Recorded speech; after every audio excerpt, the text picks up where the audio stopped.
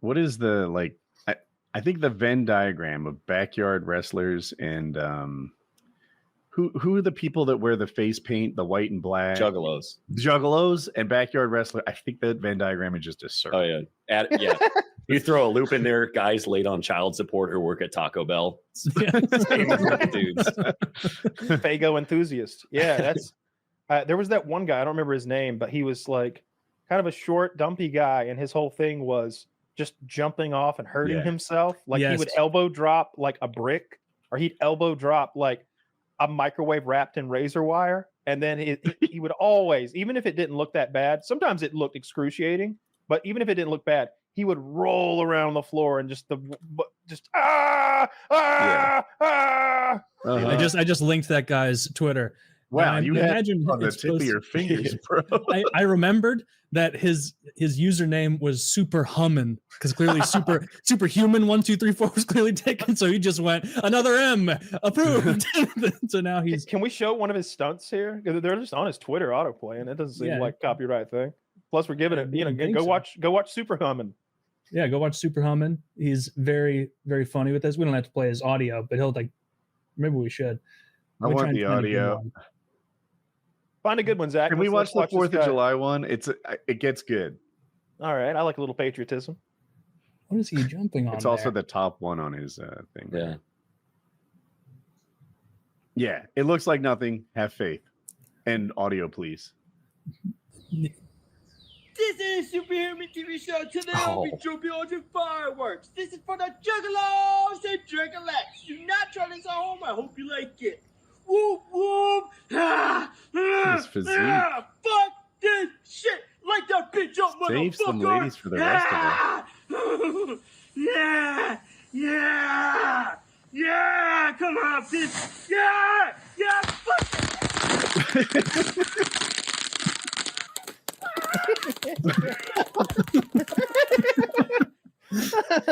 So, remember earlier when I was telling you the story about the neighbor who was a little bit slow? Yeah, about that level. That guy loves recycling. You could tell. Yeah. This is so funny. He's got one jumping onto a barbed wire cage. He's got one jumping onto 4 cactuses. He's standing up next to each other. These look, man, the trade-off of pain versus like the visual is probably like, you remember that interview with Johnny Knoxville? He's like, the ideal thing is something that looks like it hurts horribly but doesn't hurt. The worst stunts are the ones that hurt immensely but don't look like they hurt that bad. A lot of this guys look like they hurt unbelievably. Like he's probably got 5 dozen spines in his back from those cactuses right now. But because there's no big explosion. Doing it for a long time. Like I think I discovered this guy like 2012 or something. He's still at it? Yeah, he's hardcore. And it seems like he has the full use of his whole body. I always thought he was going to ruin one of his arms because he elbow drops stuff. You know, he does that diving out and elbow drops like bricks, like a pile of bricks or something, things that don't move.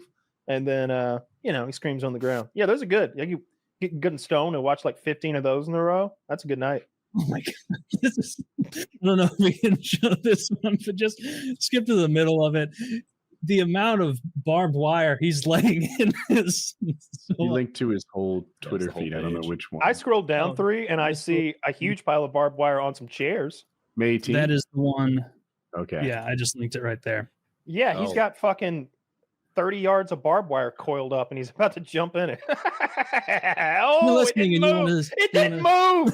Oh, it didn't move. Ooh. That's way worse than the fireworks or cactus. Yeah. If you're listening, go give Superhumman 1 2 3 4 on Twitter a follow. We like some of his stuff. So was Superhumman taken as well? Superhumman 1233 was the last one that was taken, so he had to go one more. That's so funny. Dude, he just Superhumman and then as high as he can count. That was how he chose the username. Jesus. He just he's like, I've got the idea. The account needs to be made right now. I gotta get it. Jumping onto this barbed wire. God, I hope he's monetized that well. See, if I worked at WWE, I would be trying to get away from all these controversies they've got with the little boy diddling and with the Hulkster and all of his hateful union busting anti-black ways and such. I'd get a fun-loving guy like this on the roster. Wait, little boy diddling? I was only aware Oh, of yeah. the adult I haven't heard of this. women. You got to watch Mr. sexual assault. McMahon. There's a great documentary on Netflix. I think it's called Mr. McMahon. Mhm. And I've talked about it before, but essentially for the first 3/4 of the doc, he is cooperating. He thinks it's like a puff piece about him, like we're celebrating his life. And they were, but then all the allegations came out, not only about him sexually assaulting women who worked for him, but also about like some page boys. I don't know what that is. It sounds like a personal assistant on a movie set. I don't know what a page boy is, but being basically like sexually assaulted as well. Couldn't have been a PA, could it? It could have been. I haven't seen the doc. I remember the word page. Like Okay. that. I don't know what that is. I think of it as like an assistant on the wrestling set in the background somewhere in one of those back rooms or something. But yeah, little boys too, and they were covering it up, and lots of women. And it was documented. And so look, in the last quarter of the documentary, all that comes out, and the doc turns on McMahon, and it becomes like an attack piece that he has cooperated with. So it's really effective, and it's good. Like it's got all these wrestlers in the first part praising him and talking about how great he is and how wonderful he is. It's very much like who's the wrestler that killed his family? Chris Chris Benoit. It's like that Chris Benoit tribute they did that night, the day before they found out that he killed the whole family. He's a great man, always on his Bowflex. Yeah. What? Loves his family to death. Oh, that's dark. That's a good line. I like it. I'm trying to think of an extension cord joke, but nothing. Damn. Yeah. Wrestling has been mired with some controversies, but I didn't know the McMahon documentary took the same route as that. What was that documentary about the guy who was accused of murder that came out like at this point almost 10 years ago? That old man who got away with it, and he like gave himself up at the very end of the documentary, taking a piss with a live mic on in the bathroom, and was like, "Oh, the jig's up. They know." Like talking to himself. Yes. The Jinx, or maybe just Jinx, Jinx. I think that was the name of the series. That doc is so good because it's long. It's been 10 years since I've seen it, but they spend like maybe 2 or 3 episodes and several hours laying out the case against him. And you're very much, I don't know, it seems like maybe he's guilty, maybe not. And then they show the part where he literally goes to the bathroom mic'd up, and he's like, "They got you. They got you. They figured you out. You're in trouble this time. You're not getting away with it this time." And like they did kind of have him. They had him on some handwriting evidence, but that's not conclusive. It was 20-year-old handwriting evidence against him.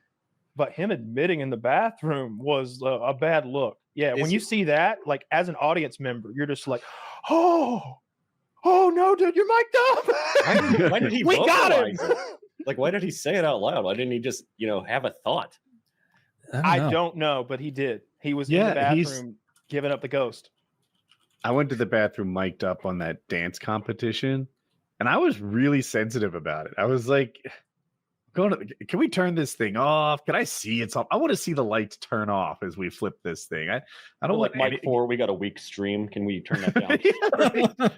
There's a woman with a headset on and like, I don't know, half a dozen audio receivers, just sort of monitoring everything, making sure the balance is good, looking at this like audio equipment, everyone's decibel rating or whatever. And I'm in there going to the bathroom. I don't like this. I don't like her listening in. She winked at you when you came back? She turned it off for me. No. I would always flick mine off whenever I went to the bathroom too. I had the same thought. It's that scene from The Naked Gun when Leslie Nielsen goes to the bathroom, but he's got like the PA microphone, so it's broadcasting to the whole room he just left, and he's farting and pissing, and he's like old man pissing, so it's weird. Yeah, mine was in the small of my back. Like I wasn't in charge of mine. Yeah. This article right here, Vince McMahon and WWE accused of allowing rampant sexual assault of young boys by announcer in new lawsuit. But in the documentary, they fleshed that out a little bit more. And I don't think it was just that announcer. They mentioned like higher ups and cover ups and going on for years. Yeah. WWE's a nasty business, it seems. It is.